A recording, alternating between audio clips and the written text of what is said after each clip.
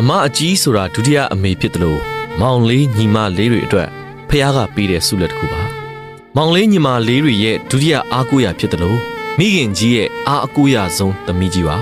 အငယ်တွေအတွက်အနစ်နာခံတတ်တယ်လို့မိသားစုအတွက်အမိုးအကာတစ်ခုလို့လည်းပြောလို့ရပါတယ်အမအကြီးပြီးသားရင်အငယ်တွေအတွက်စံပြဖြစ်တယ်လို့မိသားစုရဲ့ဂုဏ်ဆောင်ပါခင်ဗျာအမကြီးဆိုတာအငယ်တွေအတွက်အမြဲလိုဖြည့်တွေးတတ်ပြီးအငယ်တွေရဲ့စိုးမွေကောင်းမွေကိုမိဘကိုစားခါစီခံနေတတ်တဲ့သူပါအစားအစာကိုဦးစားပေးကျွေးတယ်လို့အသုံးဆောင်ကိုလည်းအငယ်တွေနဲ့ရှင်ရင်အမြဲလိုနောက်ရှုနေတတ်တဲ့သူပါလိုအပ်ရင်မိသားစုစားဝတ်နေရေးအတွက်မိဘများနဲ့တန်းတူရုန်းကန်နေပြီးအငယ်တွေပညာရေးအတွက်မိမိကိုယ်ကိုအနစ်နာခံတတ်တဲ့သူမှလည်းအမအကြီးတွေပါပဲခင်ဗျာ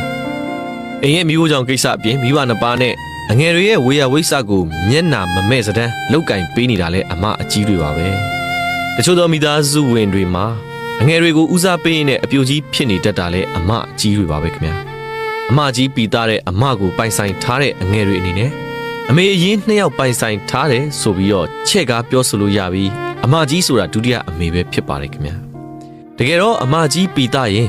အမိဖြစ်တယ်လို့အမိတယောက်လို့အငယ်တွေအပေါ်မှာတာဝန်ကျေပြီးအနစ်နာခံတတ်တဲ့သူတွေပါဒါကြောင့်အမကြီးပီတာတဲ့သူတွေကိုပြစ်မှားမိတဲ့သူဟာမိခင်အပေါ်ပြစ်မှားမိတယ်လို့ပဲဖြစ်နေတတ်တယ်ဆိုတာကိုသတိထားဖို့လိုအပ်ပါတယ်